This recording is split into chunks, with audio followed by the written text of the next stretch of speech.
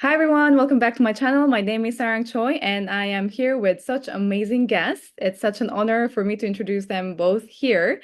So we have Dr. Jason Ryan, founder of Boards and Beyond, author of The Gunner, and a very well-known cardiologist. And we also have Dr. Conrad Fischer, founder of MedQuest Reviews, author of Master the Boards, and the program director of Brookdale University Hospital Medical Center. So hi, Dr. Ryan. Hi, Placement. Dr. Fischer. Hello, everyone. Nice to be here. So good to have you guys here. So to start off this video, I just wanted to ask you what exciting things you have in mind coming up as your project. Well, I think that Jason and I are both at the stage of our lives, as they say, all great men are dead, and I'm not feeling so well.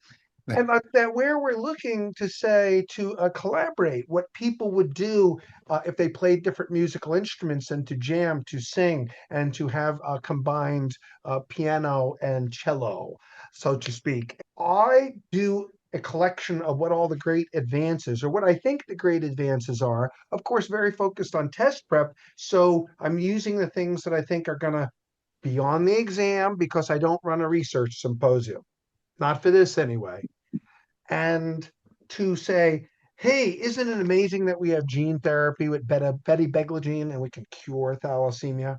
Hey, isn't it great we have etranacogene and we can cure hemophilia B? Hey, isn't it great that a HIV medication that lasts 6 months with one injection, lenacapavir?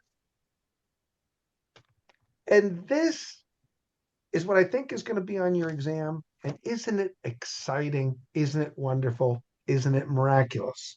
Because this is the point where Jason will come in and say, And throw cold water on everything. No, no, no. Of course not. But it's a good point. I've been on this. I feel like medicine's been this journey for me. I was lucky enough to give the speech at my med school graduation, and I gave this talk on how there's never been a better time to go into medicine. And I rattled off one recent discovery after another. I think Gleevec had just come out for leukemia. I talked about that. I talked about treatment of heart attack because my grandfather had died of a heart attack, and that would never happen now with all the things we had. So, I left medical school like thrilled to just dish out all these new exciting therapies. And I still feel that way to some degree. But the more I well, practice, I'm excited to talk about yeah, people and dish. yeah, yeah. But my practice had a lot of elderly patients. If you don't know, cardiology is part geriatrics, a big part geriatrics. And it started to dawn on me that, sending the 85-year-old with mild dementia to the MRI scanner is not in her best interest necessarily, or prescribing this expensive med to someone who may value their time on this earth in a different way than years total, but quality of life, and the med may have side effects. So I started to temper my assessment of some of these things and come to this sort of more nuanced view I have now where, for every new medical discovery, I think to myself, who are the patients they studied it on? What are the endpoints they use to justify its benefit? And do those match the people that I'm going to encounter in real life? So it's not that I've lost my enthusiasm as medicine, but I definitely have come around to a point of view where, I question things a lot more before I jump up and down. And I think it will be really fun to talk about some of these new discoveries and therapies and surgeries and things like that, and talk about how they fit into the real world of taking care of actual patients. Well, we should have come up with a name of it. And so we can use something, well, I think it's taken. Curb Your Enthusiasm is Yeah, taken. yeah, We could call it halfway, but current medicine and new advances yeah. halfway between the gutter and the stars. Right, right. Or we can see it something like um, uh, uh, Boards, MedQuest, and beyond. Even the miraculous needs intellectual discipline and Yeah, data analysis. yeah. No, that would be a lot of fun to talk about, and maybe whoever sees your video will post below it their ideas for the name, and we'll That's an crowdsource it. excellent idea. Yeah, So yeah, when people say the phrase, the common thing, uh, because I think that Dr. Ryan is the type of person to say, let me play devil's advocate, which he hasn't said it yet, but I think he says that to other people. So we have to think, but that's actually accurate. So in where does that phrase come from? The devil's advocate. And It is when someone is proposed for sainthood, for canonization. And in order to be canonized as a saint, you have to have two documented miracles. I did know that from Catholic school. I learned that. Yep. Oh, wow. And the devil's advocate is the person assigned by the Vatican whose Oh, I job didn't it know that. is to disprove the miracle, Wow. to be I like, certain. Now, it's not a lack of faith, yeah, it's not a lack of being in love with the miraculous. right, It is right. saying we also have to have the discipline to Mhm. look at the data, the facts, and investigate to find truth.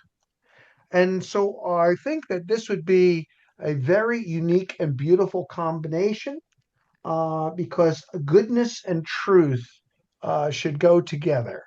I I think think it it's a would be great idea fun. to say, And what do you think that we should call it? yeah. And you can open it from the point of view of this new fancy drug could be a correct answer in a board question and show one. But then we can take it the next level and say, okay, why is that a correct answer? Where does this come from? What are the guidelines? What are the studies that it was based on? That would be fun to do. That is, I trained at a program in cardiology full of skeptics, especially my department chairman. His name was Mark Josephson, a pioneer in EP. He passed away like 10 years ago, but tremendous skeptic of the clinical studies on the things that he cared about, AFib ablations, defibrillators, things like that. And so, I just learned from him, seeing him break down these studies and talk about how they collected the data. He used to always say in the AFib studies, they'd call you a year later, and if you didn't answer the phone, they marked you down as having no adverse event, even though most of those people were dead. So this was well, that was one of his favorite stories to tell about some of the early AFib ablation studies. I just watched him and I began to say, okay, wait a second. There's a lot of hype. We all want new discoveries. I get it. I want that too. But like, let's take a look at what the data is. And this would be so much fun to talk about. And it fits in because I think that you could say that for some people, there's the oversimplification of board Yeah, preparation. But in this case, it especially fits in with step three USMLE. Step three USMLE yeah, has drug ads, and the drug ads is can you analyze data sets and statistics to right. see what actually is really truthful? And I think that part of our responsibility is to inspire with the enthusiasm of Walt Whitman says, a foot and lighthearted, I take to the open road, healthy, free, the world before me, the long brown path leading me wherever I choose. Henceforth, I think I could stop here myself and do miracles. I think whoever I meet on the road, I shall like, and they shall like me. And so the discipline of also combining it with data analysis, I think that we have to have the tension between both of these things. Agree. Yeah, those would be great discussions I'd love to have. Yeah, sounds like a very exciting topic to continue on. And I think it's going to be very beneficial for residents in training. And it's going to be an intriguing topic to kind of really listen into and see what the clinical data says and surprising things about those things. But yeah, now we can transition into sort of And from, there'll be a comment section so people can leave comments below this video, right? Yeah. yes, Give us please your comment. best name. Yeah. Yes. Yeah. So, well, you know what it is that one of the stories, I think, just one second is when I was in college and I was doing thyroid research with lab rats. And the guy who was my lab mentor said, yeah, 20 years ago, I was writing to a biochemical meeting in Zurich, and let me tell you what scientific objectivity is. I found myself in an old European railroad carriage sitting directly in front of Linus Pauling, who most people don't even remember who that is anymore, but he's the only guy to ever win solo two Nobel Prizes. He won the Nobel Prize for chemistry for deciphering the beta pleated sheet of proteins, and he won for a Nobel Peace Prize for scientists against nuclear energy. And they said I was young and nervous, and so I said something boring like, "Oh, look at the hill! Look at all those sheep on the hill. They've just been shorn, just had their wool cut off." Linus Pauling leans forward and goes, "Yeah, but as far as you know for sure, only on the side of the sheep you can see." Good advice. Good advice. Yep. Always got to think about stuff like that. Oh, next point, Saran. We're here to talk more about the current and future state of US medical education. I know that the past years there has been a lot of changes and step one going past fail and then there's been like a decline in step one pass rate after that. I was wondering what your thoughts are and what do you think caused that? Yeah, it's a good question. I get asked this a lot. And I will tell you that I don't think anyone definitely knows the answer. I can just give you my opinion. Um, but I think so. I have a unique perspective because in 2014, I started out to make Boards and Beyond videos. And initially, I was just going to teach cardiology. Even within cardiology, I was surprised by some of the things students had to know for the step one exam. They were things I had never thought about as in all my training, very, very basic things, pressure volume loops, things like this. So I went and I retaught myself those, and I made the videos. And then I moved on to other subjects, pulmonary, renal, and every subject I kept coming across so many subjects that students had to know, so many pieces of information they had to know. And this test is closed book, so it has to be memorized. So it's not enough to just understand the concept. You have to have the details at your fingertips so you can answer the question. By the time I finished the whole video series, which took me several years, I was of the opinion that there's just more information on this test than any human can ever possibly know. And what my students had been saying to me felt more true than ever, that they just cram all this information into their head, spit it out on the test, and then slowly it seeps out of their brain. One of my students told me she felt like she got stupider each day after the step one exam because information was just leaking out of her brain that she had memorized. So each year, more information is added to the test because of actually what we were just talking about. There are new gene discoveries, new treatments, new surgeries, new diagnosis categories, and they all get put into the exam. And I really think years ago, it reached a tipping point where the amount of material being tested was just over the top for students to know. But when the test was scored, it was so vital to your future in medicine that students were studying. I mean, we had people buying Boards and Beyond the day they were accepted to medical school and starting to look at videos. We had students watching videos and subscribing to UWorld their first month in medical school. So the stakes were so high that I think that kind of masked the massive amount of information on the test. So when it went pass fail, people said, well, now it's pass fail. I don't have to study from day one of first year. I can start somewhere through my second year. And that's not true for all students. There are some students who really need a lot of time to get ready for this test. I think most students need at least 6 months or so of prep time to get ready. And it's because of the hyper detailed information on the test. And so I think every year a certain number of students get burned by this. They start studying too late for them. It may be not too late for someone else. Maybe they start 5 months ahead and their friend can pass with 5 months of time, but they need 6 months or 7 months. And so I think this is just catching more students, and it's just revealing that the issue with the test is the amount of information on it, not so much the score that it used to get. And that's my opinion. And I'm actually really excited to hear what you think, Conrad, because I know you're in this world of test prep like I am, and you probably get these questions a lot, just like I do.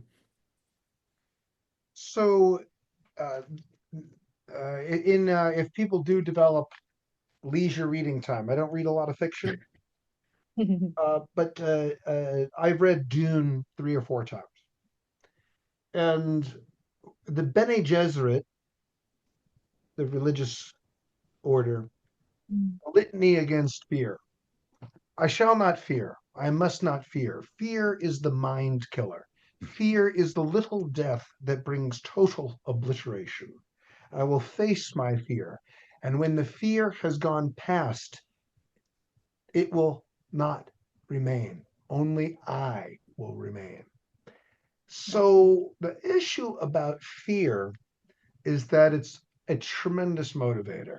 Mm. Now, most of the time when people feel at risk, because many of the great evils in history have been done because people felt at risk. I feel at risk of this group. I feel at risk of those people. I feel at risk of people coming from other countries. I react badly, badly.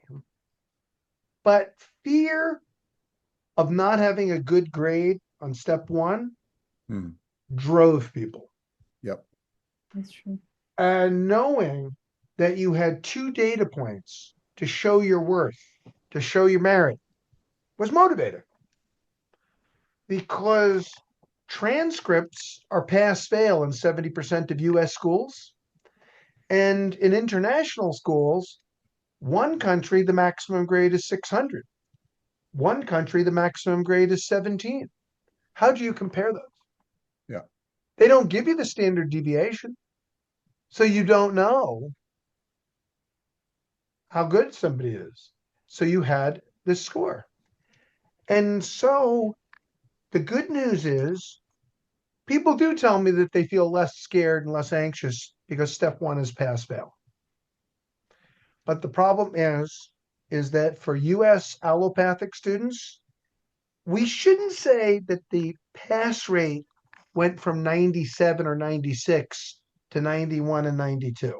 Because 91 and 92 doesn't seem so bad. Same for osteopaths. We should say that the failure rate went from 3 or 4% to 8 or 9%. So the failure rate doubled. Yeah. Yeah. Now, I recently developed this thing called a calculator. And if we say, oh, that we take and we say that in all US medical schools, there are, what would you say, about 30,000 medical students a year? Yep. That's about right. Somewhere in that order. 30,000 times 0.4%, that's, oh, hang on a second, that's 1,200 people. 1,200 people more a year failing out of the US schools. Interestingly, failure rate for internationals proportionately didn't go up as much. In other words, the failure rate went from 18 or 19% to about 26%, 27%. So the failure rate didn't double. So those 1,200 US medical schools students now have the, as they say, the mark of Cain, the scarlet letter. And I think that that's definitely the reason why what happened to the pass rate.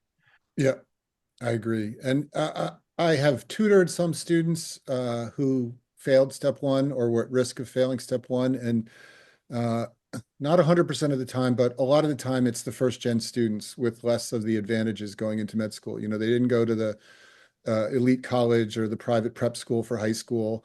I think, you know, this test catches more people like that because it does rely to some degree on test taking skills and recognizing little tricks in the question stems and things like that. And the more of that sort of background in, you know, high stakes tests and things like that you have, the better you do. Also, there's this other problem that's sort of less visible, but at a ton of US medical schools, students are delaying when they take step one. So their school says you must take it by June 1 to start your rotations.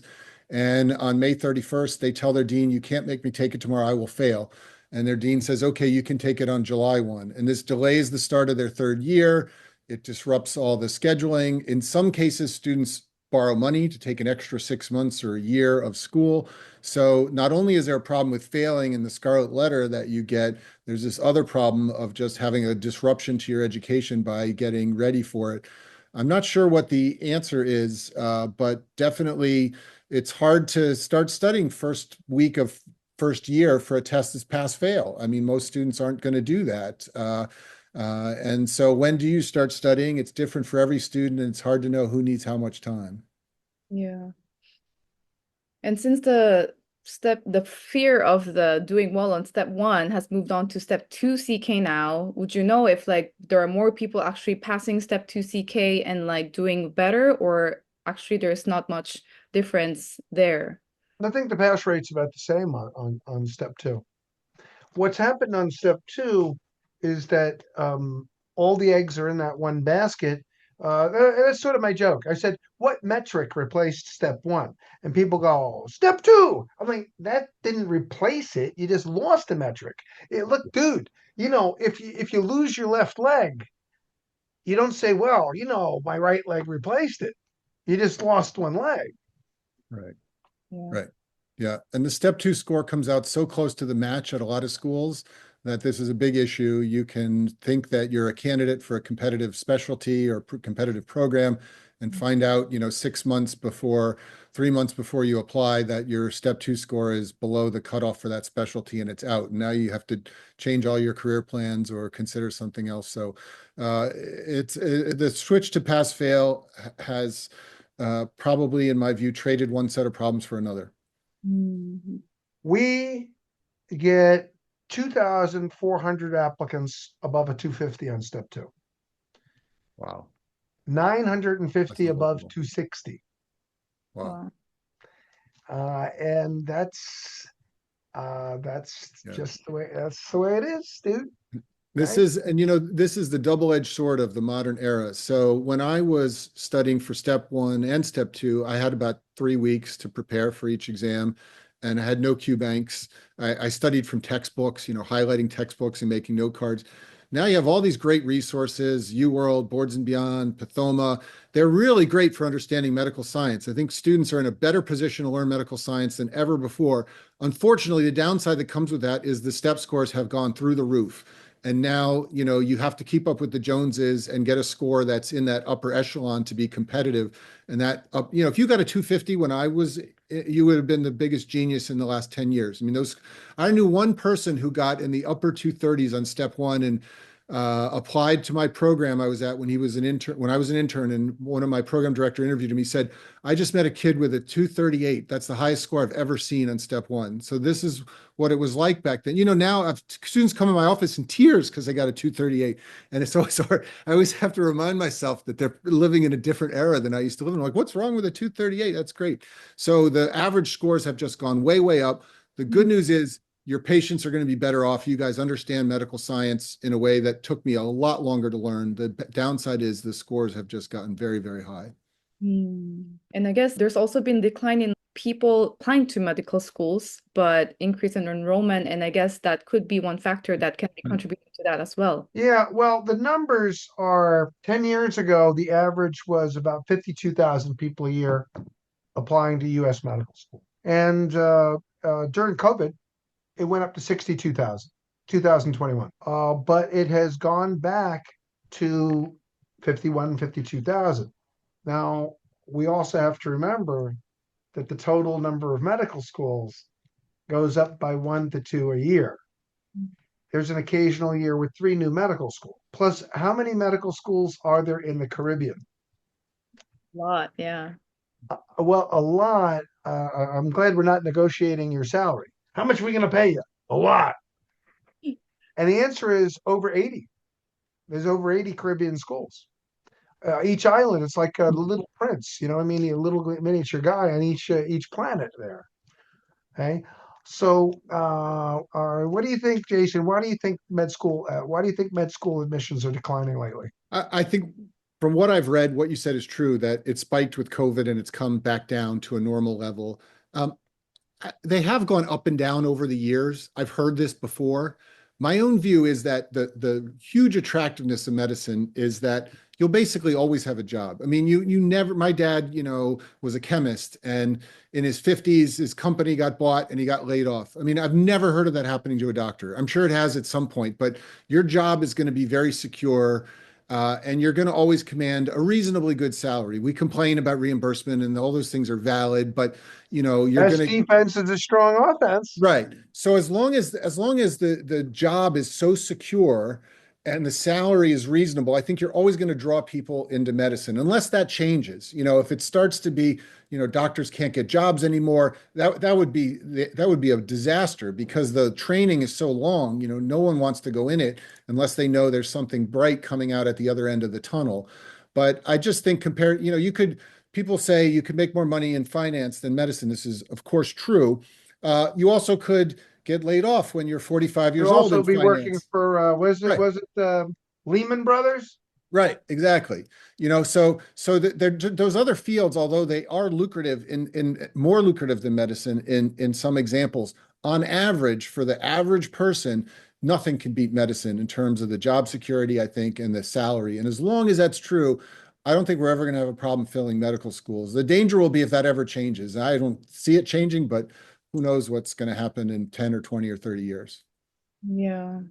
And speaking of what kind of changes do you guys see coming in the upcoming future in terms of exams or in the medical education? That's a great question. I wish I knew. Then I would know what stocks to buy or something like that. I think medical education is ripe for change, but I have no idea how it's going to change. We are still we are still teaching students in a time-honored way that doesn't really apply anymore. The step exams are a classic example, right? You don't need to memorize the gene mutation for every single condition. You can look that up. You just have to know that the condition is caused by a gene mutation, and so that you can look it up efficiently. My grandmother was a doctor. She graduated in the 40s from Albany Medical School. And so I always think about her practice of medicine. If she didn't know something, to look it up was an enormous chore. Go to a library, go to your office, find a book. It's totally different now. There's more information to know, so it's not realistic to ask doctors to have everything memorized, and it's easier to look it up. I don't think medical education has caught up with this. So there's that aspect that makes it right for change. And then there's the whole AI thing. Where will that go? Um, there are many, many medical students using ChatGPT to learn topics because they're not learning them from their professors the way they'd like to. They can't find their professor. Their school may not even have a professor on a certain topic, but they can go into ChatGPT and say, I don't understand confidence intervals. I don't understand thyroid disease, and have a discussion with basically a personalized tutor.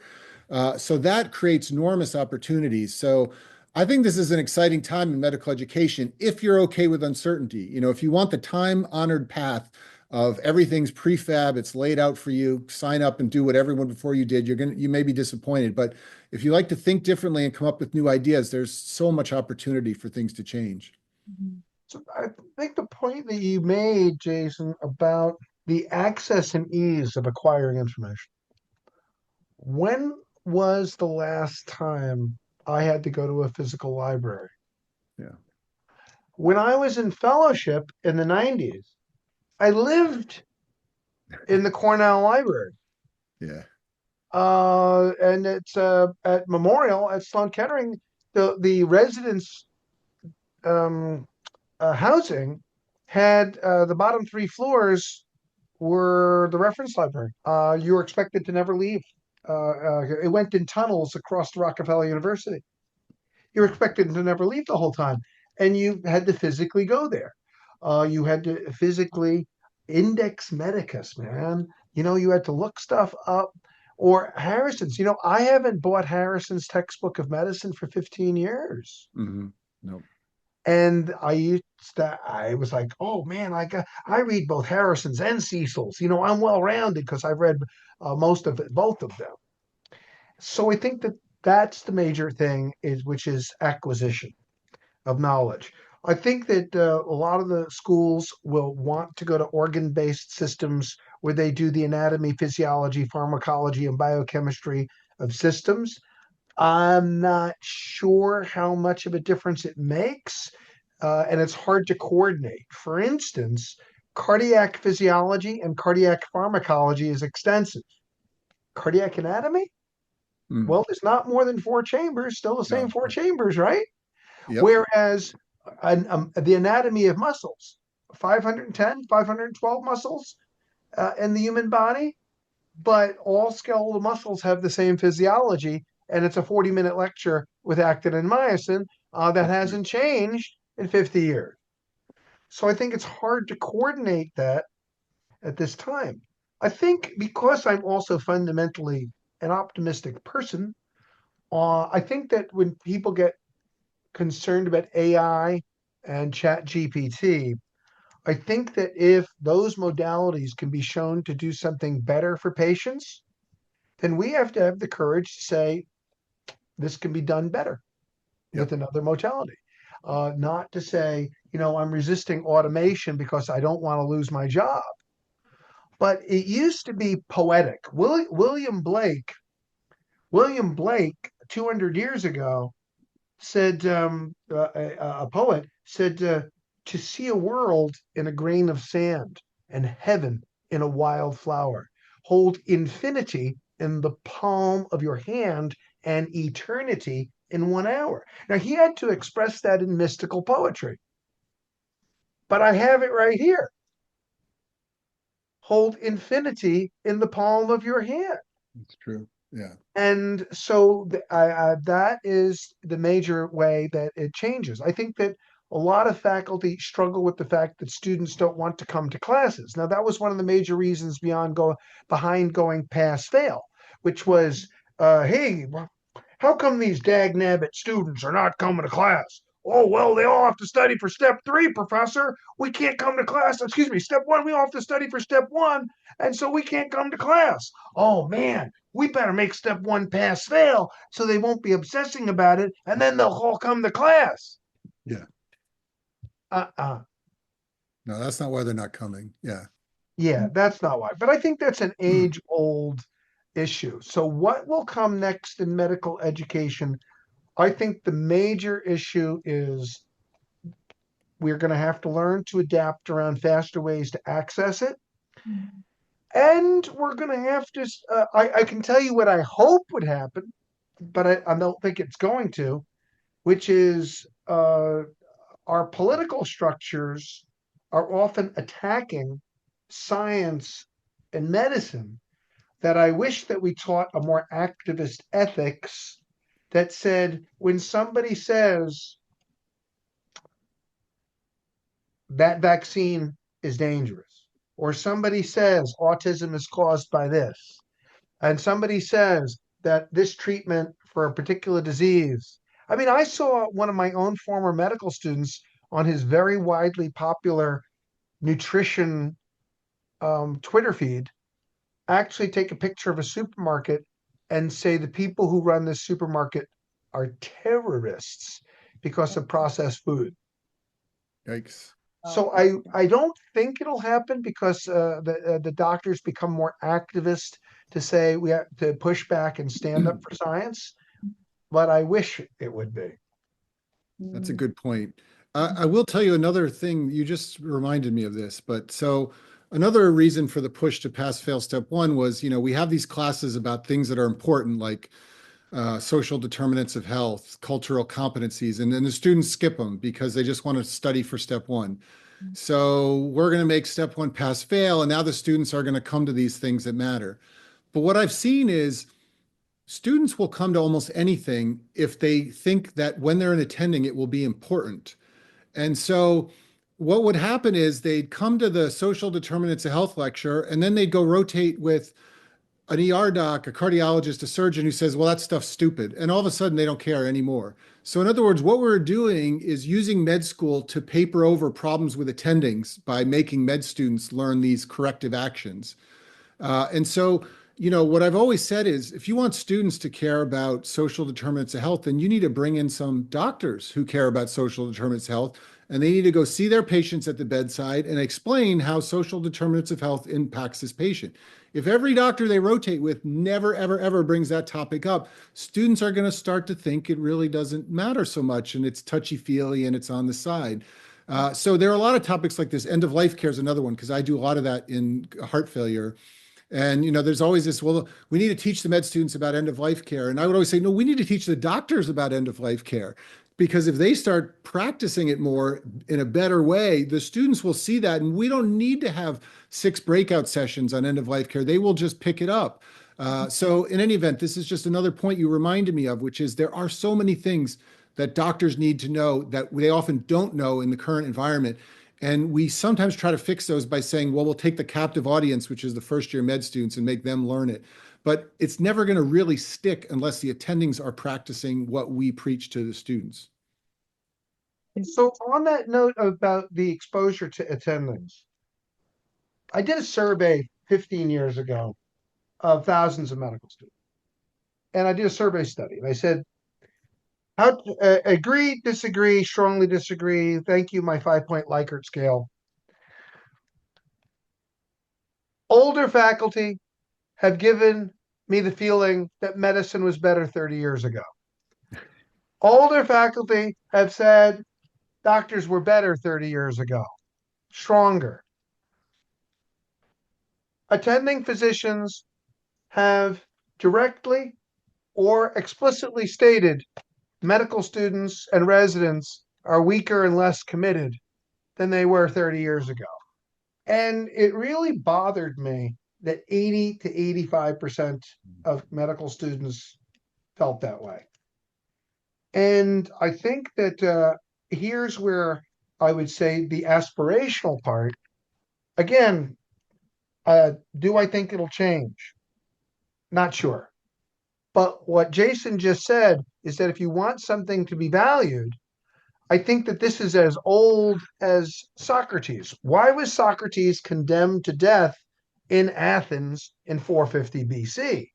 He was condemned to death for a jury saying that he was leading astray the youth of Athens for teaching them to worship false gods, that he was betraying the ancient proven religions of Athens and Greece. And so I think this part about what are we role modeling to trainees? My considered opinion is that I did one of those 36-hour on-call internships, and I would not have wanted to be the person whose central line I started or LP I did at 32 hours. Yeah. Yeah. And it was, don't you remember, Jason? It used to be socially acceptable in residence to be cynical and harsh and sort of unfeeling, Yeah. all that house of God stuff. And I personally, my experience is that residents in particular are far more empathetic and compassionate than 30 and 35 years ago, where it was like, man, I'm suffering, so I don't give a shit. Yeah. Yeah. Yeah. I mean, it probably depends on the resident, but you're right. I mean, their cynicism is persistent, but your point is well taken. I mean, most of the way I practice as a doctor is by role modeling on people I admired in my training. A lot of them were in fellowship, but some in internship too. And so especially for these softer skills, you know, bedside manner, advocacy, social justice, you know, if the attendings aren't modeling it, it is very hard to instill that in students because they are just so keen on watching those of us they admire, picking up on what we do, trying to be like us. And so it's very hard to teach against what your role models are demonstrating to the students. And so whenever you try to introduce these things into med school, these softer skills, that you always run into that barrier where a lot of the students know when I'm attending, this isn't going to matter. You know, this isn't going to be important. So I'm not going to give it the attention that it's due. And that's always a problem I see in medical education is we don't make we don't fix the role models. We try to fix the students. No. So to wrap up, because my time is endless, but Dr. Ryan has to go save the world shortly. I'm assistant coach of my 8th grade daughter's basketball team, and they have practice in a half an hour. And unlike my son, who wouldn't care if he showed up late, my daughter likes to get everywhere early. So I'll be in trouble if this runs over. Yes. To be early is to be on time. To be on time is to be late. To be late is to be left behind. Yeah. So that my message to current medical students and residents would be this. It is true that the majority of abused children do not most of the time become Batman and oppose people. They are more likely, unfortunately, to become abusers. Yeah.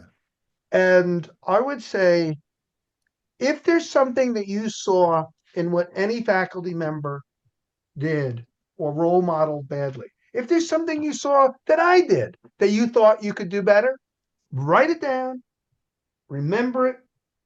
And when you get into a position of power and authority, then you do better.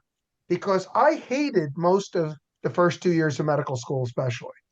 But I said, I'm going to someday be in a position of power and authority, or more power and authority, and I'm going to do it better. And that underlies a lot of who I am in a classroom. And so I would say the Batman story. Why is the Batman called the Dark Knight with a K? It is not because of the light. It is based on a Spanish mystic, Saint Teresa of Avila, who wrote a book called The Dark Night of the Soul. And so he is passing through the dark night of the soul with spiritual aridity, where things look meaningless and hopeless until he can defeat evil. And so if there's something in your medical school experience that's burning you, that feels horribly uncomfortable, because I despise the second year of medical school and how, my God, I remember walking into the chair of pharmacology going, "Oh, dude, there's too many antibiotics. You can't keep making us memorize this. It's killing me. You know what I mean? It's painful." And he looked at me like a mental patient. So if you're in the dark night of the soul, then remember what you would want to do different until you're in a position to do so. Yeah, it's good advice. I agree with that. Yeah. And most med school faculty are very good people who care about you guys and want to teach you the best. Even when we're not always modeling the best behavior, it's usually not out of some degree to torture you, but just you practice, you're a real person, your life goes on, you're busy, there's stressors, there's things up and down. And so you will see attendings not always model the best behavior. And I've been guilty of it myself at certain times. So I think, what Dr. Fischer said, I agree with entirely. When you see something, I always tell people I had plenty of role models in training and I had anti-role models. I had people who I said, I never want to be like that guy or woman. So, you pick up habits, good and bad, from you observe habits, good and bad, from your role models. And some of them you're going to say, I'm never going to do like that. And that's part of learning along the way. Yeah. As a trainee myself, I can definitely say, yeah, I definitely learn from seeing attendings do things, communicate things to their patients and families, how Dr. Fischer approaches management and is passionate. When you see the attending passionate about certain thing and they like speak to you and teach you, I think that's how we learn and we grow. And as you said, Dr.